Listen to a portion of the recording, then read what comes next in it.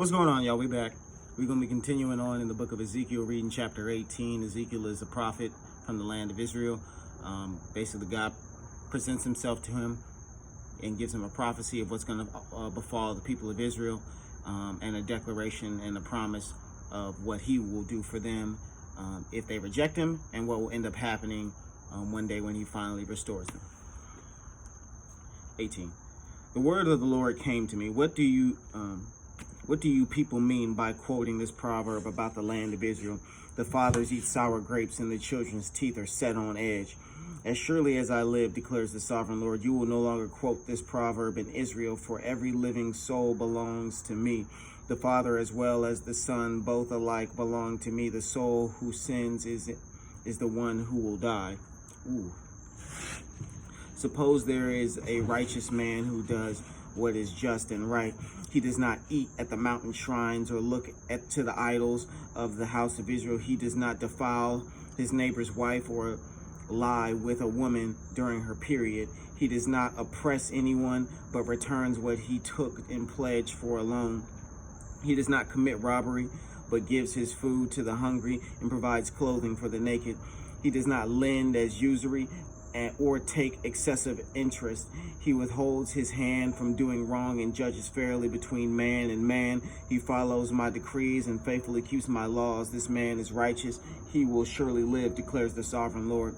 Suppose he has a violent son who sheds blood or does any of these other things, though the father has done none of them. He eats at the mountain shrines. He defiles his neighbor's wife. He oppresses the poor and needy. He commits robbery.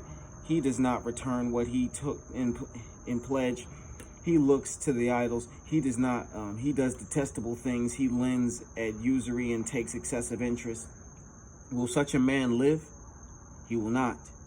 Because he has done all these detestable things, he will surely be put to death, and his blood will be on his headstone. But suppose his son has a son who sees all the sins his father commits, and though he sees them, he does not do such things.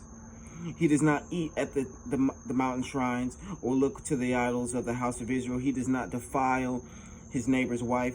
He does not oppress anyone or require a pledge for a loan. He does not commit robbery, but gives his food to the hungry and provides clothing for the naked. He withholds his hand from sin and takes no usury or excessive interest. He keeps my laws and follows my decrees. He will not die for his father's sins. He will surely live, but his father will die for his own sins because he practiced extortion, robbed his brother, and did what was wrong among his people.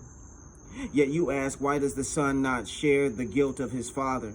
Since the son has done what is just and right and has been careful to keep all my decrees, he will surely live.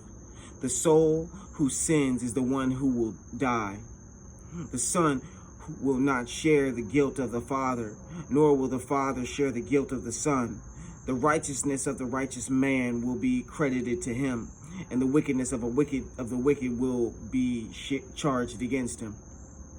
But if a wicked man turns away from all the sins he has committed and keeps all my decrees and does what is just and right, he will surely live. He will not die. None of the offenses he has committed will be remembered against him. Because of the righteous things he has done, he will live. Do I take any pleasure in the death of the wicked? Declares the sovereign Lord. Rather am I not pleased when they turn from their ways and live. But if a righteous man turns from his righteous ways and commits sin and does the same detestable things the wicked man does, will he live? None of the righteous things he has done will be remembered because of the unfaithfulness he is guilty of, and because of the sins he has committed, he will die. Yet you say, the way of the Lord is not just. Hear, O house of Israel, if my way unjust, is it not your ways that are unjust? If a righteous man turns from his righteousness and commits sin, he will die for it, because the sin he has committed, he will die. But if a wicked man turns away from the wickedness he has committed and does what is just and right, he will save his life, because he considers all the offenses he has committed and turns away from them. He will surely live. He will not die. Yet The house of Israel says, the way of the Lord is not just. Are my ways unjust, O house of Israel? It is not your ways that are unjust. Therefore, is it not your ways that are unjust? I'll read that again.